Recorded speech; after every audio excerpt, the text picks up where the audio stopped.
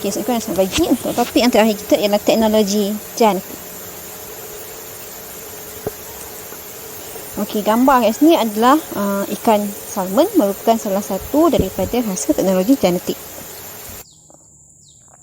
Okey, untuk hasil pembelajarannya ialah menghuraikan maksud kejuruteraan genetik ataupun lebih dikenali sebagai CNO, organisma terubah sesuai genetik, dan juga mewajarkan kepentingan bioteknologi dalam kehidupan. Okey, apakah kejuruteraan genetik? Kejuruteraan genetik ialah teknik manipulasi gen untuk mengubah suai genetik membentuk kombinasi gen yang baharu.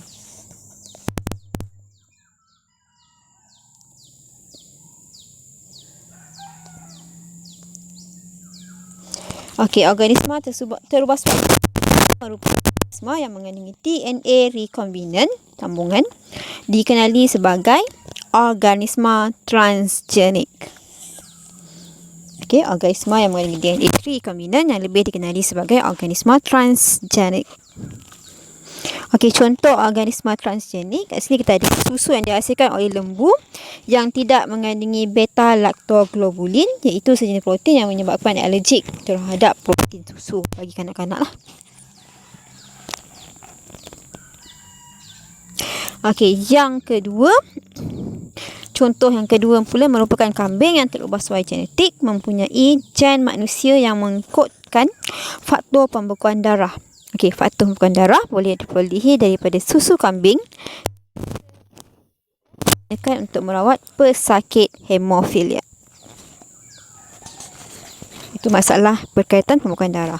Okey, makanan terubah sesuai genetik, contoh-contohnya kita ada ikan salmon tadi, kambing, nenas, kelapa sawit, padi, lembu dan jagung lah. Ini adalah contoh makanan terubah sesuai secara genetik. Mengapa ianya perlu diubah sesuai secara genetik ataupun GMF?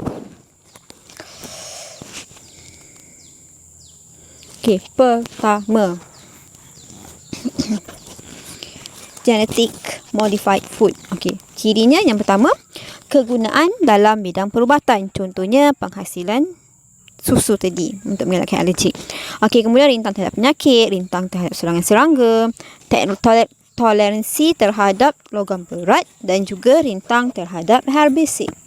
Maksudnya rintang terhadap racun rumpai, racun herba lah, herbisid. Okey, so kita tengok gini, genetic modified food.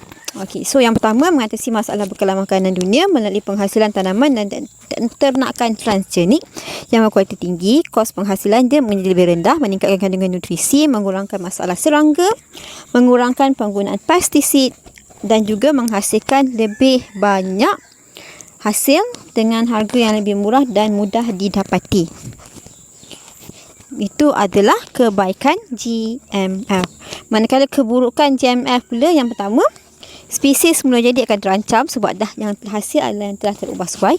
Terdapat kemungkinan kecil untuk gen yang dimasukkan ke dalam GMF dipindahkan kepada manusia. Contohnya gen rintang antibiotik. Dan kesihatan manusia mungkin terjejas dan kandungan genetik manusia mungkin juga akan terjejas lah. Maksudnya mungkin boleh mengubah suai genetik. Okey, contoh kalau kita tengok sini, contoh GMF insulin. Insulin diekstrak dari pankreas lembu atau babi untuk merawat pesakit diabetes mellitus.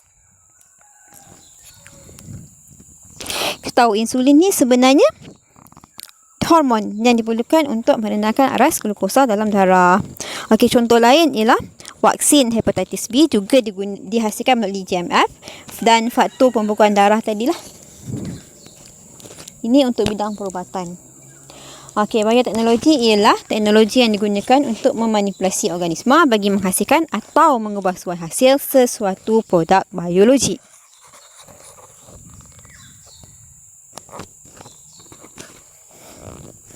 Okey, aplikasi bioteknologi yang pertama, pemprofilan DNA, penghasilan tumbuhan toleransi serangga perosak, dan yang ketiga untuk terapi gen, iaitu merawat ataupun mencegah penyakit genetik. Okey, so maksudnya penyakit genetik dapat diketahui dengan lebih mudah dan cepat. Okey, tumbuhan toleransi serangga perosak contohnya adalah kapas, jagung dan terung, di mana penggunaan bakal tumbuhan ini akan bertoleransi dengan serangga perosak, mengurangkan penggunaan racun serangga. Maksudnya kebal terhadap serangga. Jadi kuranglah memerlukan racun serangga untuk mengawal serangga.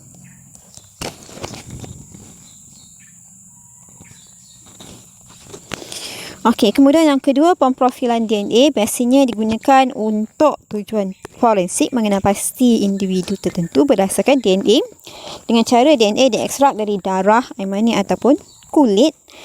Tujuannya untuk mengenal pasti penjenayah, mengenal pasti pertikaian identiti ibu bapa, mengesan penyakit genetik atau juga untuk keserasian penderma dan juga penerima organ.